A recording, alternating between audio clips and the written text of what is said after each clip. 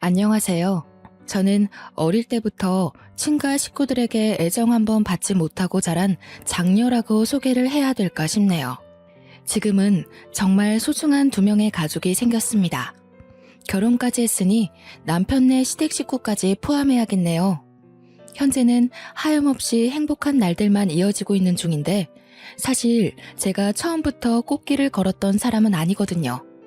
과거에 그때만 해도 가족을 많이 원망했고 세상은 원래 불행한 건 줄로만 알았고 산 사람입니다. 그래서 지금부터 제가 해드릴 이야기는요. 제게 행복을 모르고 자라게 만든 원흉들한테서 어떻게 벗어날 수 있었는지를 들려드리고자 합니다. 저희 집은 어른들이 아들을 유독 바라는 집안이었습니다. 아주 어릴 때는 잘 몰랐는데 한두 살 먹으면서 아빠와 할머니한테 구박받는 엄마가 뭐 때문에 그리 혼나는지 알게 되었어요. 엄마가 다들 그렇게 바라는 아들을 낳지 못하고 딸인 저를 낳았기 때문이었죠. 그래도 할아버지가 살아계실 때는 할머니와 아빠의 훈수질이 막 심하지 않았습니다. 할아버지가 세상을 뜨고 나서부터 할머니의 윽박은 기다렸다는 듯이 심해졌고 엄마를 포함해 저까지 미움을 받았어요. 제가 완전 아기였을 때는 당연히 기억이 안 납니다. 조금 크고 나서 생각한 건데 아마 엄마 아빠는 뱃속에서 제 성별이 드러나자마자 저를 가지고 많이 싸우지 않았을까 싶어요. 이유는 당연하잖아요. 내가 딸이기 때문이었죠. 오직 그 이유 하나가 하루하루 집안이 풍비박산 되어가는 유일한 근거였습니다.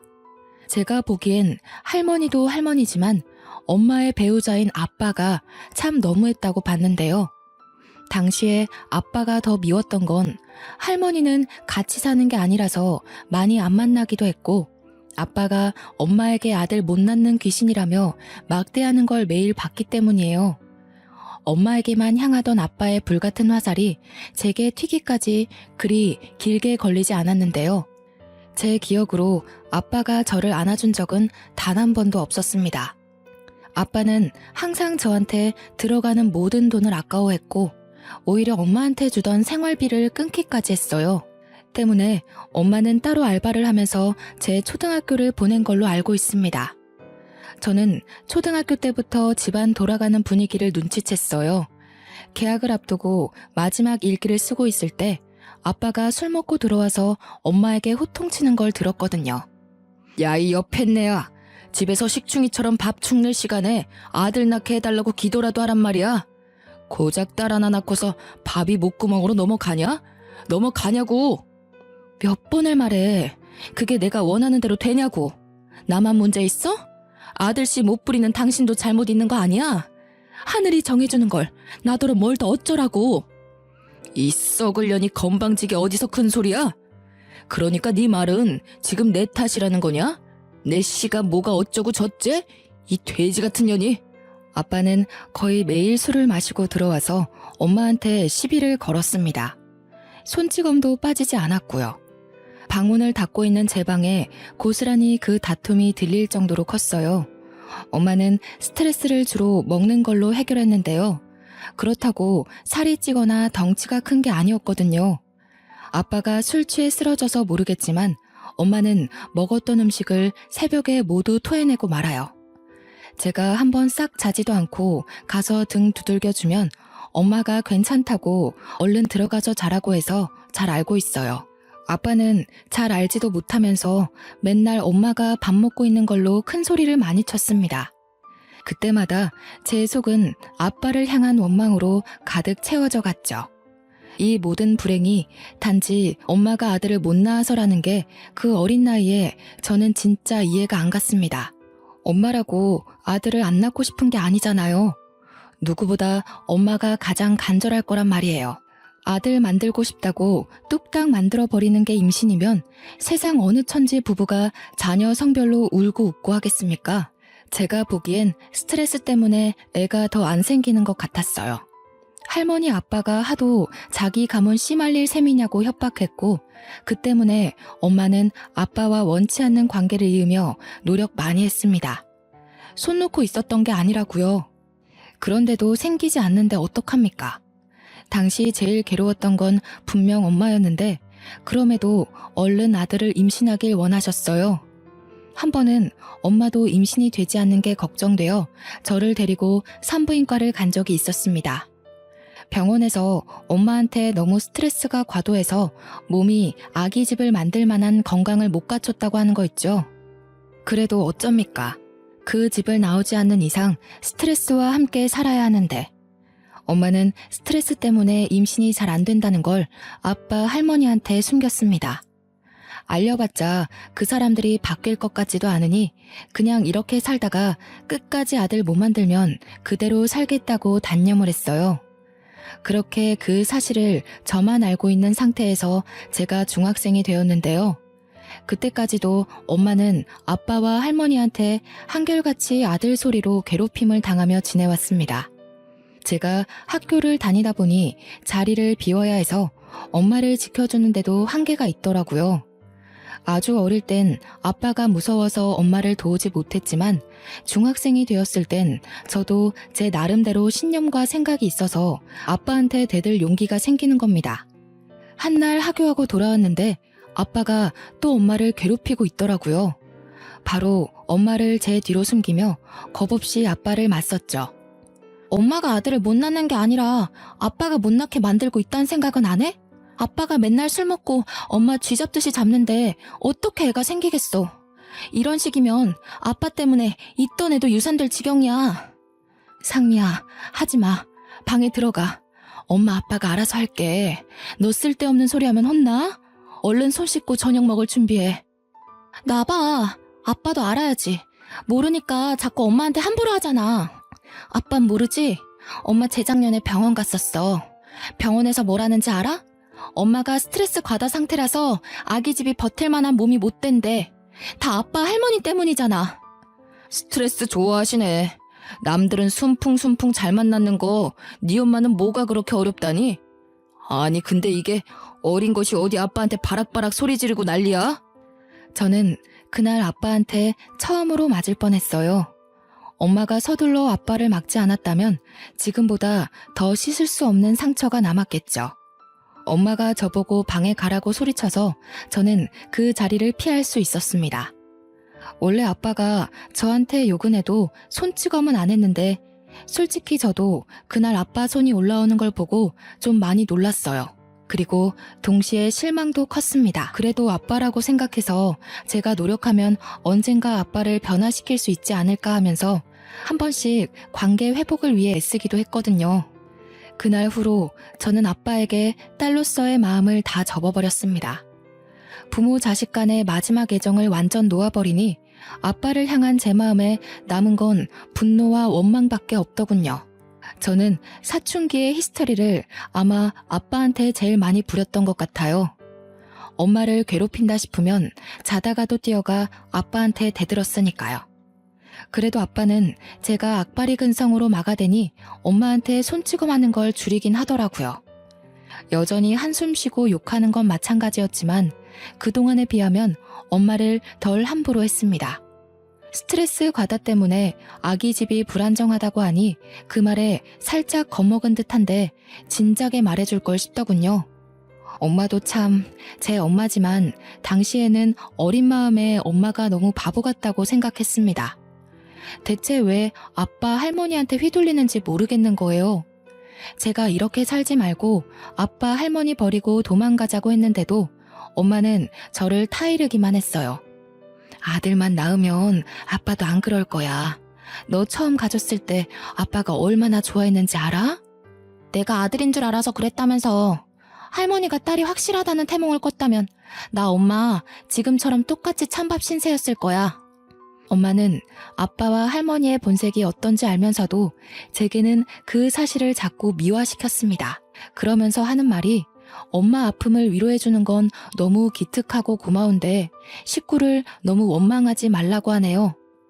사춘기가 오기 전에 저는 제가 행동거지를 잘못하면 괜히 엄마가 욕먹을까봐 일부러 더 아빠 할머니한테 예의를 갖추고 살았거든요. 근데 할머니 아빠한테는 제가 잘하고 못하고가 중요한 게 아니더라고요. 그때부터 저는 느꼈어요. 이 사람들은 충분히 원망의 대상이 되어도 되는 사람들이라고. 제게는 이미 마음속에서 정리되기 시작한 사람들이었습니다. 엄마는 그러지 말라고 했지만 그것만큼은 엄마 말을 따라줄 수가 없어서 저는 계속 버릇없이 굴었어요. 그 뒤로도 엄마는 아빠와 임신을 하기 위해 계속 노력을 했습니다. 그러다 한 해를 넘기기 전에 기쁜 소식이 들려왔는데요. 이번엔 엄마가 정말 임신을 하게 된 거죠. 태어난다면 제게는 띠동갑도 넘는 동생이 생긴 것이기도 했고요.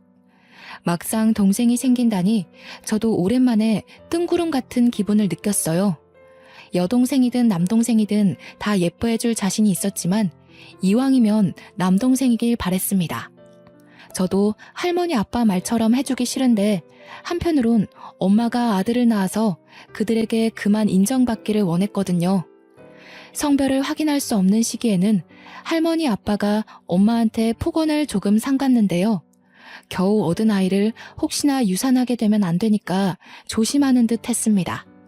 그렇다고 환대를 하는 건 또 아니었어요.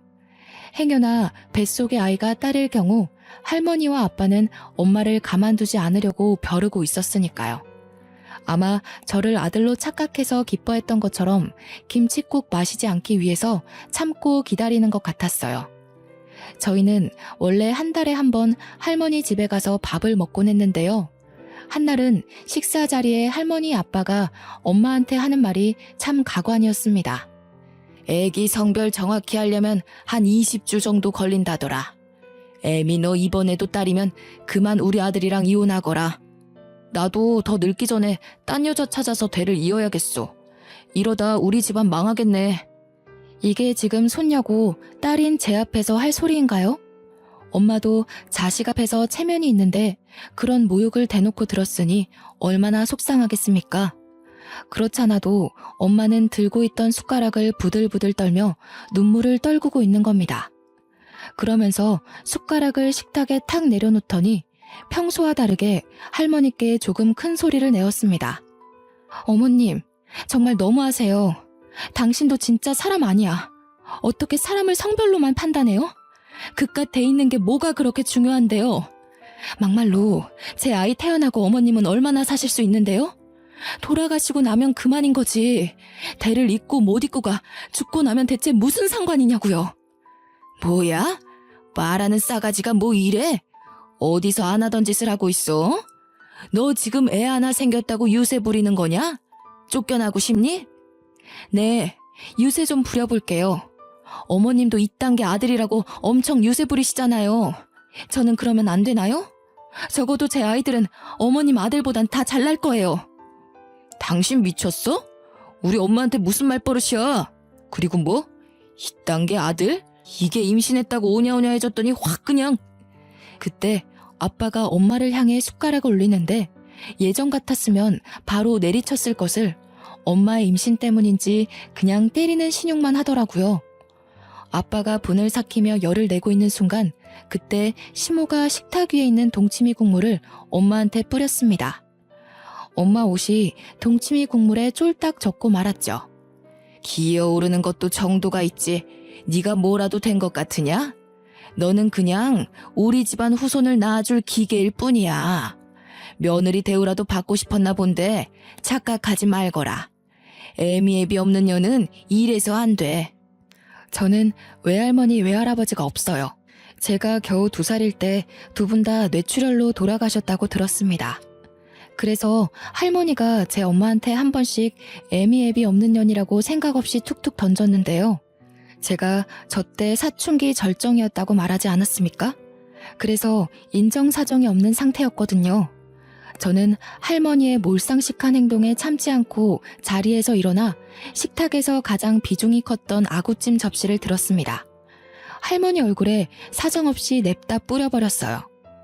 접시에 늘러붙은 콩나물까지 손으로 싹싹 긁어서 던졌고 할머니 옷에다가 더러워진 손을 닦았습니다. 할머니가 기어오르는 사람한테 이런 식으로 하길래 저도 한번 해봤어요. 기분 나쁘세요? 알면 작작하세요. 한 번만 더 우리 엄마 건들면 저 더한 짓도 할 거예요. 그 아구찜도 엄마가 입덧으로 생선을 힘들어했는데 할머니가 자기 아들 좋아하는 음식이라고 무시하고서 준비한 거였어요. 저는 경악하는 할머니 얼굴을 똑바로 마주하면서 겁도 없이 노려봤습니다. 지금 돌아봐도 그때 저는 무척 거침이 없었다고 봅니다. 현재는 상상도 못할 용기거든요. 할머니는 빨간 국물이 범벅된 처참한 몰골로 소리를 아악 지르면서 절규했습니다. 1년을 돈 모아 샀던 분홍빛 원피스가 더럽혀졌다며 난리가 났네요. 여태 늙은 몸뚱이에 가려져 태가 안 살아서 몰랐는데 나름 값비싼 명품이었나 보더라고요. 야, 너 이 기집애 할머니한테 무슨 짓이야? 오늘 아주 둘이서 쌍으로 사람 열받게 하네? 네가 엄마 몫까지 대신 감당할래? 아빠가 자리에서 벌떡 일어나 저를 때리려는 걸 엄마가 막는 바람에 아빠 눈싸움만 했는데요. 저는 이제 아빠가 무력을 행사하려고 해도 무섭지가 않더라고요. 그땐 엄마가 맞는 걸 보느니 제가 맞는 게 낫다고 생각해서 그랬나 봅니다. 아들인지 아닌지 그거면 되는 거잖아요. 아들 아니면 이혼해 줄 테니까 제발 딸애는 건들지 마. 엄마는 아빠에게 울고 불며 사정했어요. 엄마 입에서 처음으로 이혼 단어가 나왔는데 그건 아빠뿐만 아니라 저도 솔깃하게 된 고백이었어요. 이혼해준다는 엄마 말에 아빠는 씩씩거리며 주먹질을 참았고 엄마는 혹시나 아빠가 다시 화낼까 싶어서 그대로 저를 데리고 밖으로 나왔습니다. 그렇게 엄마가 임신 20주 될 때까지 집안이 조용했어요. 할머니는 저 때문에 화가 많이 났는지 엄마한테 결과 보고만 하라며 연락을 끊어버렸네요. 20주는 생각보다 빨리 다가왔습니다. 아빠, 할머니는 오래 기다렸는지 아침부터 엄마를 재촉했어요. 그렇게 병원을 다녀온 뒤로 이 끈질긴 관계가 드디어 정리가 되었는데요. 엄마 뱃속의 아이가 아들이 아닌 딸이라는 게 밝혀지자 아빠가 기다렸다는 듯 이혼 서류를 내밀었습니다. 할머니는 인사도 없고 얼굴도 비추지 않았죠. 엄마는 양육비를 받는다는 조건으로 이혼에 합의를 했고요. 제가 원래 살던 집은 재산 분할로 처리되어 팔렸습니다. 저와 엄마는 집을 나오고 밤새 걸어서 겨우 여관 같은 단칸방을 얻어 살 수 있었는데요. 재산 분할받은 돈이 아니었다면 이마저도 못 구했을 거라 감지덕지하며 계약했습니다. 원래 살던 형편보다 훨씬 어려워졌지만 저는 내내 기분이 들떠 있었어요. 더 이상 아빠와 할머니의 저주가 없고 엄마와 둘만 있는 그 시간이 너무 좋았거든요. 그 사이 엄마는 갈수록 움직임이 불편해지고 배가 불러왔습니다.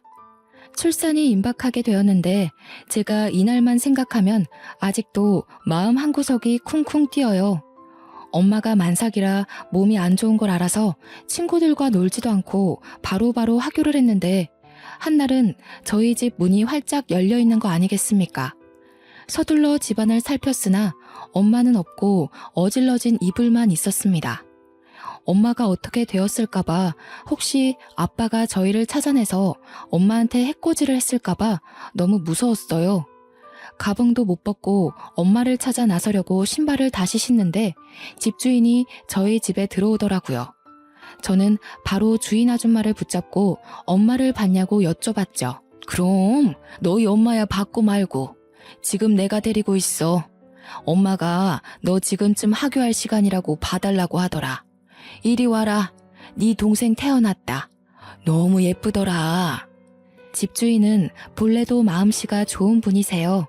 저희 사정을 알고서 방세도 10만 원 낮춰서 해주셨거든요. 집주인 아줌마께서 평소에도 만삭 엄마가 혼자 있는 걸 신경 쓰며 한 번씩 집에 들려주곤 했는데 마침 엄마가 진통이 온 걸 봤다고 하는 겁니다. 집주인이 자기도 집에서 출산해 아들을 낳았다면서 그 진통이 어떤 징조인지 알아서 엄마를 급히 집에 데려갔다는 거 있죠. 집주인 덕분에 저희 엄마가 무사히 출산을 했고 이후 주인 아줌마는 엄마 산후조리에도 많은 도움을 주셨어요. 내가 줄 건 없고 우리 둘째가 이번에 초등학교 가거든. 예전에 입었던 아들 옷들 좀 챙겨왔어. 딸애라서 좀 그럴 수도 있겠지만 당장 급할 테니깐. 도대체 이 많은 은혜를 어찌 갚아야 할지 고맙습니다. 고맙습니다 정말. 꼭 기억하고 보답하겠습니다. 일이 자꾸 울어서야 예쁜 딸 둘을 씩씩하게 키울 수 있겠소? 네가 상미라고 했지? 엄마 많이 위로해줘야겠다. 집주인은 자기 아들 옷 중에서 작은 옷들을 제 동생한테 입히라고 주기도 했습니다. 당연히 갓난 아기한테는 컸으며 또 남자의 옷이라 공주풍 옷은 아니었지만 엄마는 그것만으로도 정말 감사히 생각하며 집주인에게 고개를 한참 숙였어요. 저 또한 감사한 마음은 마찬가지였습니다. 그래서 이후에도 더없이 예의를 갖추고 밝고 씩씩한 태도를 보였죠. 다 큰 나이에 여동생을 얻었지만 마치 자식이 있다면 딸을 안고 있는 기분처럼 느껴졌어요. 아이가 너무 작고 소중하더라고요. 이름은 상이라고 지었는데 집주인이 저같이 상자 돌림하라고 추천해준 이름이었습니다. 식구가 하나 더 생기니 다른 의미에서 또 살맛이 나더라고요. 근데 문제는 엄마가 여동생 때문에 일을 할 수 없어서 그동안 수중에 있는 돈이 다 떨어진 상태였어요. 양육비도 다달이 안 들어오고 법적 조치가 취해지면 몇 달 양육비가 한 번에 몰아서 들어오고 그랬습니다. 사지 멀쩡한 저는 더 이상 엄마 말대로 공부만 할 순 없겠더라고요. 그래서 고등학생 되자마자 알바를 시작했습니다. 선생님께는 어려운 사정을 말하고 야자를 뺐고요. 그렇다고 학습을 게을리한 건 아니었습니다. 따로 공부할 시간이 부족해서 특히 수업 시간에 집중을 했죠. 학교 교육만으로도 충분히 제 성적은 무섭게 치고 올랐고 어느새 진학 상담할 때가 되고 보니 서울대보다 한 단계 낮은 대학에 장학금을 받고 갈 수 있는 수준이 되어 있더군요. 엄마, 내가 꼭 훌륭한 건축사가 돼서 집 선물해 줄게. 상이 방, 내 방, 엄마 방 하나씩 있는 걸로. 엄마는 어떤 집에서 살고 싶어? 아이고, 무슨. 엄마는 바라는 거 하나도 없어. 해준 것도 없는데 네가 이만큼 잘 커준 것만으로도 충분히 선물 받은 기분이야. 엄마 신경 쓰지 말고 그냥 공부만 열심히 해줘. 또 이런다. 내가 왜 공부 열심히 했는데 엄마 상이 같이 살 집 만들고 싶어서 건축과 간 거란 말이야. 엄마는 저를 기특하게 여겼지만 정말로 어떤 걸 크게 바라지는 않았습니다. 엄마 성향을 알기 때문에 저는 엄마가 괜찮다고 해도 밀어붙일 생각이었어요. 그래서 엄마가 쉬엄쉬엄 하라는 말에도 뭐든 최선을 다해 임하고 집중하며 지냈습니다. 저는 대학을 다니면서도 알바를 자처해서 열심히 돈을 벌었고 그 돈을 전부 엄마한테 생활비하라고 보내줬습니다. 덕분에 엄마는 그 돈으로 상이를 어린이집까지 보내면서 키울 수 있었어요. 참 청춘이었네요. 저도 제가 이렇게 목표만 보고 무섭게 달릴 수 있는 사람인지 몰랐거든요. 졸업할 무렵 저는 한 건축회사에 인턴 시험 합격했고요. 4학년 마지막 학기에 바로 인턴 일을 시작했습니다. 저는 인턴 때부터 유능한 신입으로 인턴들 사이에서 입소문을 타게 되었는데요. 그 덕분에 선배님들이 잘 봐주셔서 수습을 무사히 통과하고 정사원이 되었고 그 뒤로도 쭉쭉 승승장구만 하였습니다. 직장인으로 생활한 지 한 5년 차 되었을 때였던 것 같은데요. 저희 식구는 제법 이사 갈 수 있는 돈을 모아서 그 단칸방에서 벗어날 수 있었습니다. 저는 그동안 저희 식구에게 큰 은인이나 다름없는 집주인께 너무 감사해서 그 보답으로 작은 사례를 준비해서 드렸어요. 어머나, 나를 뭘로 보고 이 돈 못 받아. 내가 어디 돈 받으려고 너희 식구 들여다봤겠니? 상미야, 이 아줌마 이상한 사람 만들지 마. 저 없을 때 엄마한테 요리도 가져다 주시고 같이 데리고 외식도 해주셨다고 들었어요. 우리 상이도 아줌마 늦둥이 아들이 많이 챙기고 놀아준 거 알아요. 꼭 보답하고 싶어요. 그래야 제가 다음에 아줌마 얼굴을 계속 볼 수 있을 것 같아요. 아유, 나 이런 거 불편하고 민망한데 어쩜 집안 사람들이 이렇게 다 마음이 예쁠까. 상미야, 혹시라도 그 썩을 놈 찾아오면 이 아줌마한테 전화해. 동생이 저기 어디 잘 나가는 검사야. 집주인은 저희가 택시 탈 때까지 배웅을 해주셨습니다. 언니 동생 하면서 지낸 엄마도 집주인과의 작별을 아쉬워했지만 연락처가 있으니 언제든지 또 만나기로 기약했죠. 저희 세 식구는 그렇게 조금 더 형편 괜찮은 신축 오피스텔로 이사를 갔습니다. 겨우 방 2개라지만 상희가 집이 예쁘고 크다고 좋아라면서 방방 뛰는 거 있죠. 웃음이 만개한 식구들의 표정을 보는데 고갈된 체력이 싹 충전되는 기분이더라고요.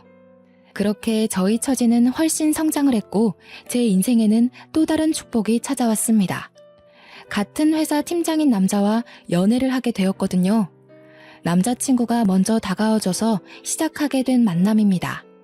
남자친구는 저와 대화를 나눌 때마다 제 꿈에 대해 늘 감탄을 많이 해주었어요.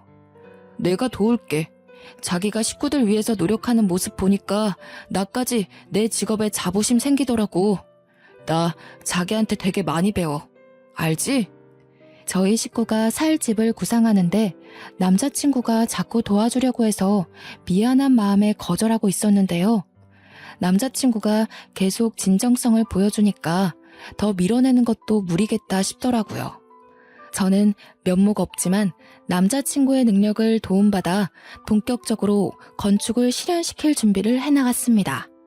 미래에 우리 엄마가 편히 지낼 주택집을 짓고 싶다 하니 공기 좋고 물 좋은데 심지어 가격까지 괜찮은 땅을 열심히 알아봐 주더라고요. 남자친구 덕분에 한동안 여기저기 땅 보러 다니느라 바쁘게 지냈네요. 일하다가 알게 된 건데 남자친구가 건축 계통에서 꽤 이름 날리는 유능한 팀장이더라고요. 당연히 바쁠 텐데도 끝까지 제가 하는 일에 힘 보태겠다고 고집을 부려 고맙다가도 난처했던 게 한두 번이 아니네요. 그렇게 아빠와 할머니 없는 세상에서 저는 제 식구들과 행복할 날만 남았다고 생각했습니다. 그런데 역시 그 악독했던 인연이 쉽게 떨어져 나갈 건 아니었나 봅니다. 남자친구와 함께 땅을 보고 퇴근 후 같이 우리 집에 가게 되었는데 집 앞에 갔더니 학교 마치고 하교한 상희가 누구와 같이 서 있는 겁니다. 당시 여동생 나이는 15살이었습니다. 누군가 싶어서 상희를 따로 부르지 않고 남자친구와 함께 다가갔는데요. 아무리 봐도 우리 손녀 똑 닮았는데 이름이 상희라고 했니? 언니가 정말 상미 아니야? 익숙한 목소리를 듣자마자 저는 순간 걸음을 멈췄습니다. 한동안 묻어두고 지냈던 할머니였기 때문이죠. 오랜만에 보는 것이기도 했고 몰골이 너무 거짓골이라서 바로 못 알아봤던 거예요. 깜짝 놀란 저는 뒤늦게 정신 차리고 쫓아가서 여동생을 분리시켰습니다. 뭐야 당신? 여기가 어디라고 찾아와요? 무슨 낯짝으로 우리 식구를 찾아오냐고요. 당신이 그럴 자격이나 되는 사람이에요? 어머나 상미야, 우리 손녀가 벌써 이만큼이나 컸어? 참 예쁘게도 컸네. 저 아이가 혹시 내 둘째 손녀니? 맞는 것 같은데 자꾸 언니 되는 사람이 상미가 아니라고 해서. 제가 모르는 사람한테 뭐든 비밀로 하라고 했거든요. 손녀 같은 소리 하지 마세요. 여기 당신 손녀가 어딨는데요? 얼굴 보기 껄끄러우니까 당장 꺼져요. 할머니는 예전에 명품을 두르고 있던 모습과 딴판인 차림새였습니다. 어디서 주운 것 같은 옷을 입고 있었어요. 늘 화장이 가득한 얼굴은 기미가 덕지덕지 그을려 있었고요. 제발 네 엄마 좀 만나게 해다오. 도무지 문을 안 열어준다. 내가 네 엄마한테 꼭 해야 될 말이 있어. 분명 안에 있는 것 같은데 말 좀 해줘라. 우리 식구한테 무슨 볼일이 남았다고요? 벌써 몇 년 전 일 아닌가요? 당신네들이 우리 엄마 쫓아낸 거잖아요. 다신 꺼내고 싶지 않은 기억이니까 꺼지라고요. 아이고 상미야, 이 할미가 잘못했다. 내가 이렇게 사정할게. 네 아빠가 재혼에 실패하고부턴 정신 못 차리고 사고만 치고 다니잖니. 웬 꽃뱀한테 잘못 걸려서 천박한 핏줄 하나 생겼는데 그 애를 나한테 홀라당 던져놓고 도망을 가버렸어. 듣자 하니 아빠가 술집 가서 알게 된 여자랑 사고를 쳤는데 애가 덜컥 생겼다고 하네요. 그 여자는 아빠가 비싼 술도 바로바로 사주고 하니까 돈 많은 남자인 줄 알고 아빠의 청혼 받았는데 애 낳고 직접 아빠 집안 실체를 마주하고서 바로 돌변했다고 하는 겁니다. 아빠도 일하다 잘리고 할머니도 한때 우리 엄마한테 했던 잔소리처럼 간섭하고 그랬더니 여자가 대놓고 짜증내면서 집을 나가버렸대요. 그 여자가 낳은 애는 아들이라는데 할머니 말로는 아빠도 말을 안 듣는데 애까지 울어대서 하루하루 정신을 못 차리겠다고 해요. 어쩌라고요. 자업자득이네요. 내가 그 아저씨 잘릴 줄 알았어. 할머니가 그리 오냐오냐 키우니까 대책 없이 사고만 치는 거 아니겠어요? 할머니가 뿌린 씨, 할머니가 거두는 꼴인데 뭐가 어때서요? 그때 엄마가 저희 다툼을 들었는지 바깥에 시끄러운 소리가 베란다까지 타고 들어오자 결국 밖으로 나오셨어요. 엄마 들어가. 내가 해결할게. 할머니가 엄마한테 애걸하려는 것 같거든? 엄마 마음 약한 거 알고 기어코 찾아내서 부탁이라도 하려고 그러나 봐. 아니야. 내가 한마디 해야 이 늙은이가 다신 걸음 못하지. 상미 너는 동생이 손님 데리고 먼저 집에 들어가 있어라. 할머니는 화가 나서 내려온 엄마에게 달려가 급히 손 붙잡았습니다. 저는 엄마 혼자 두고 갈 수 없어서 남자친구에게 여동생을 데리고 먼저 올라가라고 부탁하고 엄마 옆을 꼭 지켰어요. 그렇게 원하시던 손자 보셨잖아요. 천박한 핏줄이든 버려진 혈육이든 당신이 바라는 대로 대가 이어진 거 아닌가요? 어린애가 떼쓰는 것도 아니고 이랬다 저랬다 뭐 하는 겁니까? 이제 와서 아쉬우세요? 그렇게 무시하던 딸 집안에 무릎이라도 꿇고 싶나 보죠? 그래, 꿇으라면 꿇을 수 있어. 그러니까 상미애미야, 화난 거 충분히 이해한다. 내가 정말 힘들어서 그래. 옛정 생각해서 우리 한번 도와줄 순 없겠니? 지금 이러시는 거 용서가 아니라 목숨 구걸하는 걸로밖에 안 보이거든요. 당연히 힘드셔야죠. 그렇게 떠받들던 아들이 손자한테 발목 잡히신 기분 느끼셔야죠. 말년에라도 그 융통성 없는 신념이 무너질 수 있어서 참 다행이네요. 남은 생 아들들이 주는 복 실컷 받으려고 그런가 봐요. 팔자라고 생각하고 사세요. 엄마는 그대로 저를 데리고서 집에 돌아왔습니다. 할머니가 뒤따라 쫓아와서 몇 번을 문을 두들겼지만 엄마는 경찰 부르기 전에 꺼지란 소리만 하며 문을 열어주지 않았어요. 그리곤 나중에 기척이 없자 그대로 소금을 들고 나가서 집 주위에 뿌리더군요. 새집 기운 망친다면서 정말 꼼꼼히도 뿌렸습니다. 제 남자친구도 저희 집 사정을 얼추 다 알고 있어서 엄마와 저를 한참 위로해줬어요. 그 뒤로 할머니는 더 이상 모습을 드러내지 않았는데요. 주변을 경계하며 지내던 사이 어느새 남자친구와 결혼을 약속한 사이가 되었습니다. 제 오랜 꿈이었던 우리 식구가 지낼 만한 전원주택 있잖아요. 예비 남편이 혹시라도 제가 사기당할까봐 손수 토지 계약 다 알아봐주고 저렴하고 괜찮은 집터로 구해줘서 야무지게 준비할 수 있었어요. 예비 남편이 추천해준 근교의 땅도 대출을 조금 받아서 매매를 했고요.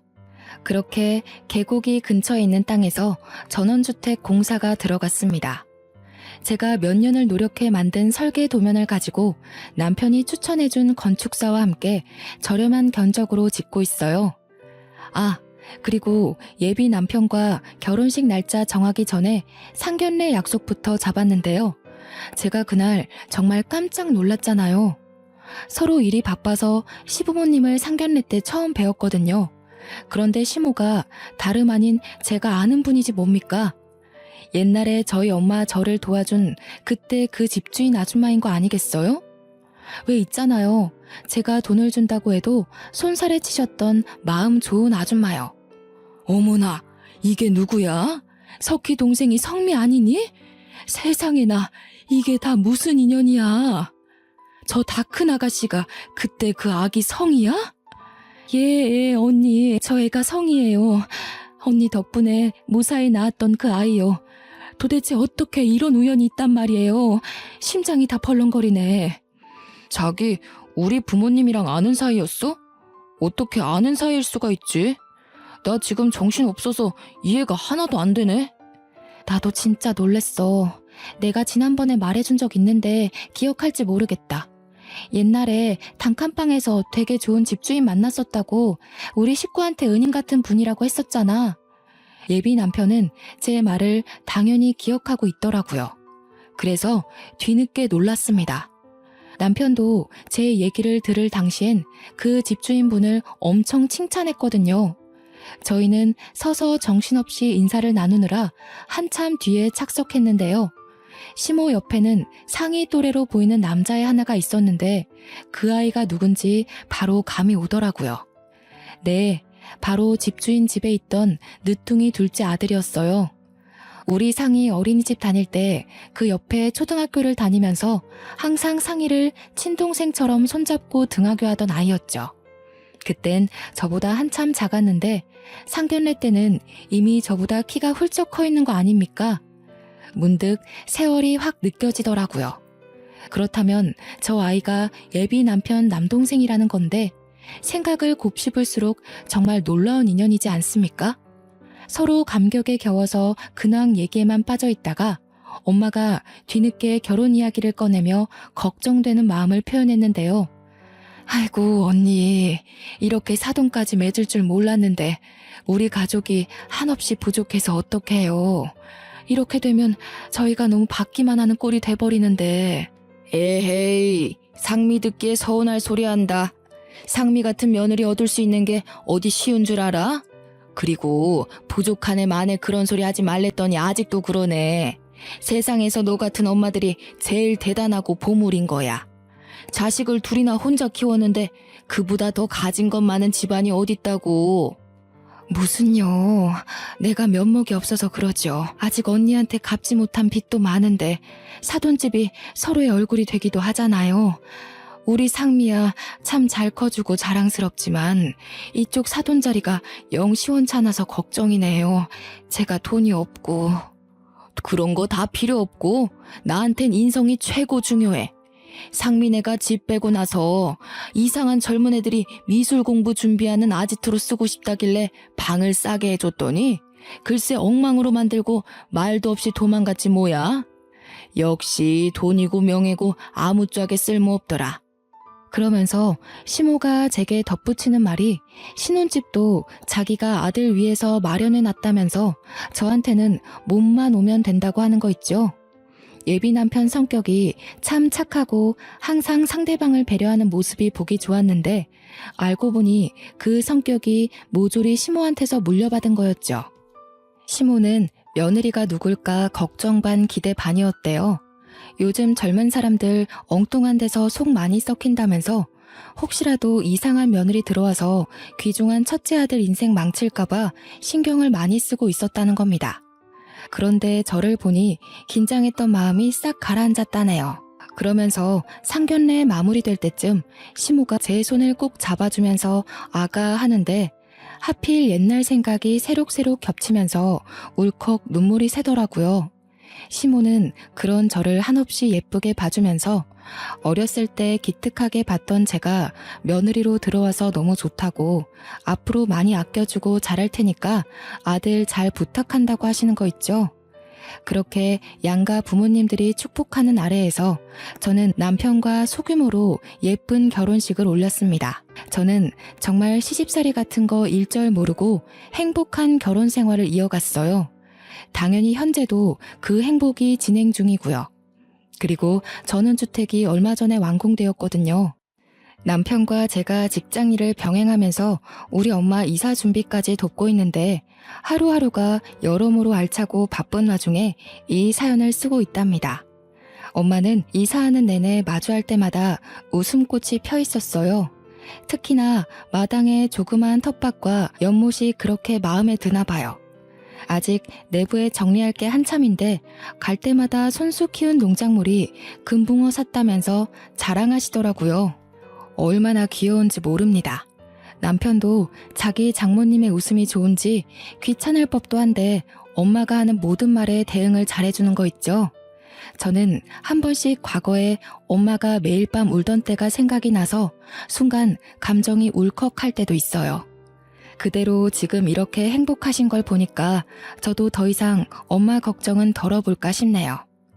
엄마는 요즘에도 저 덕분에 인생 폈다고 항상 저더러 고맙다고 말하는 게 습관인데요. 그럴 때마다 저는 엄마 덕분에 이렇게 당차고 이쁘게 컸으니까 이젠 고생 말고 행복한 일만 하고 지내달라고 말해주고 있습니다. 그리고 시모도 저희 친정이 집이 가깝다 보니까 주말마다 엄마 집 텃밭에 같이 농작물 키우기 시작했거든요. 단칸방 살 때도 느낀 건데 두 분이서 여전히 언니 동생 하면서 잘 지내더라고요. 서로 입씨름도 안 하고 잘 통해서 좋다네요. 한 번은 제가 엄마한테 혹시 혼자라서 쓸쓸하지 않냐고 물었거든요. 그랬더니 엄마 말로는 성의도 있고 또 사돈이 심심할 때만 온다더니 지금은 평일 내려오고 있는데 너무 즐거워서 같이 놀다가 잠까지 자고 간다고 하네요. 학창시절 때 친구들이 집에서 떠들고 놀다가 밤을 보내는 것 같은 기분이라네요. 그걸 듣고 저는 그냥 두 분이 잘 지내서 보기 좋다라고만 생각했는데 시모와 엄마 사이는 제가 생각했던 것보다 훨씬 더 깊은 사이더라고요. 내가 언니한테 이렇게 매일 와서 집에 안 갈 거면 아예 같이 살자고 한 소리 했거든. 그런데 네 시애미가 뭐라는지 아니? 남편 설득해서 아예 눌러 앉아야겠다고 그러는 거야. 엄마가 막 웃고 박수치면서 얘기하는데 장난이 아니라 진짜라는 게 더 당황스러웠어요. 이거 시부께서 들으시면 깜짝 놀라실 텐데 싶더라고요. 그런데 또 곰곰이 생각해보면 시부가 허락해 주실 것도 같은 거예요. 몇 번 뵐 때마다 느꼈던 건데 시부는 시모를 무척 존중하며 지내고 계셨습니다. 시모의 의견이라면 늘 자신보다 우선순위로 두는 분이셨죠. 남편이 시부의 마음도 고스란히 전해받은 걸까요? 남편도 저를 되게 소중히 대하면서 존중해 주거든요. 어쨌든 저는 현재 사랑하는 식구들과 함께 이런 생활을 보내고 있답니다. 우리 엄마가 웃는 게 그렇게 예쁘다는 걸 요즘 많이 실감하고 있어요. 비운 뒤에 해 뜰 날 온다더니 고생 잔뜩 하신 우리 엄마한테 이제는 좋은 일만 가득했으면 좋겠네요. 사연이 좀 들을만 하셨는지 모르겠습니다. 제가 글을 유연하게 쓰는 솜씨가 없어서 듣는 분들이 거슬리진 않았을까 걱정도 되네요. 저는 되게 좋은 기회를 만나 제 인생을 털어놓을 수 있어서 좋은 시간 보냈습니다. 친구들에게 회포 푸는 기분과 비슷한 것 같기도 해요. 아직 다른 분 사연은 읽어본 적이 없는데 시간 날 때 다시 한번 찾아와야겠어요. 제 글은 이쯤에서 정리를 하도록 할게요. 다들 마음 아프지 말고 늘 건강한 삶 살길 바랍니다.